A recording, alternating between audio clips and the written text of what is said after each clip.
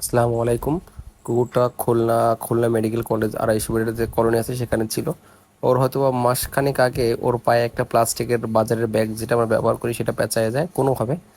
এটা আসলে ও অনেকদিন ট্রাই করছিল খোলার জন্য, বাট হয়তো বা কোনোভাবে পারে নাই। তা লাস্ট 4-5 দিন আগে আমাদেরকে একটা দাদা আসলে ওর জন্য নক করে ছিল, ওর পায়ে একটা ব্যাগ গেছে, এটা হেল্প করা যায় কিনা।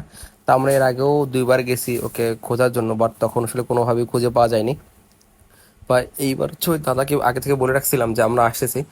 তখন আসলে প্রায় ঘন্টা খানিক খোঁজার পর লাইভে করছিলাম ওই দিনকার, ওর ঘন্টা খানিক খুঁজলাম কোথাও পাওয়া যায় কিনা, বাট ওর কোথাও পাওয়া যাচ্ছে না। পরে একটা রিক্সাওয়ালা আঙ্কেল উনি বললো যে এরকম একটা কুকুর পায়ে ব্যাগ পাচ্ছানো, আমরা দেখছিলাম ওই ইর ভিতরে বসা। তো ওরা আসলে এক ঝোপের ভিতরে বসা পাইছিলাম, যেহেতু ওর পায়ে এই অবস্থা, চলতে পারতো না, খাইতে পারতো না। অবশেষে যাক আল্লাহ তালা রহমতে ও আঙ্কেলের জন্য কুকুরটাকে খুঁজে পাওয়া গেল।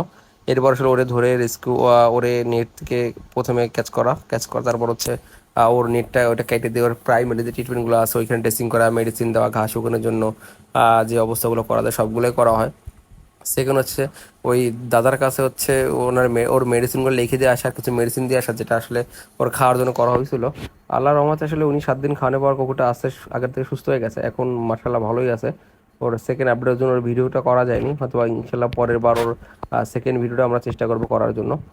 মূল যে বিষয় এখানে দেখেন, আমরা চাই এগুলো আসলে শুরু হওয়ার আগেই যেন লোকজন আমাদের নক করে। আর তা শুধু আমরা কাজ করি এমন না, সারা বাংলাদেশে অজস্র আসলে অ্যানুয়াল লেবাররা কাজ করে, কিন্তু একটা জিনিস মাথায় রাখতে হবে, সবাই আসলে কেউ কারোর মতন এই এই নিয়ে চলে না, সবাই সবার কর্মজীবন ব্যস্ততার ফাঁকে ফাঁকে কাজ করে।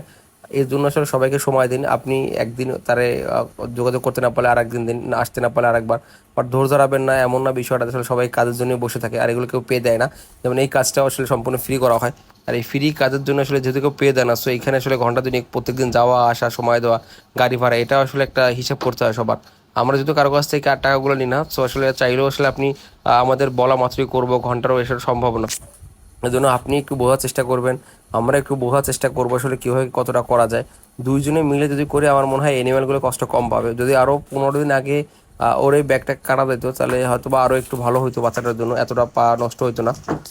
তারপরও আসলে যতটুকু ভয় পাচ্ছিলাম যে পাটা আসলে ঠিক হবে কিনা, কিন্তু আল্লাহর রহমত আসলে ঠিক হয়ে গেছে। সব কিছু আল্লাহ তালার ইচ্ছা, সাহায্য, আসলে তিনি ছাড়া আসলে অনেক কিছুই সম্ভব হয় না। কিন্তু আমরা চাইলে অনেক প্রাণীর জীবন রক্ষা করতে পারি। এটা তো ওর ভাগ্য দোষে হয়তো এরকম হয়েছে, সবসময় এরকম হয় না। কিন্তু আমরা অন্য যে পয়জনিং খাবারগুলো আছে, অন্য যে মেডিসিনগুলো আছে, এগুলো আসলে ওইভাবে না ফালানো, ইঁদুরের মেডিসিন না ফালানো, এতে তো ওরা আসলে ওইখান থেকে খেতে না পারে। থ্যাংক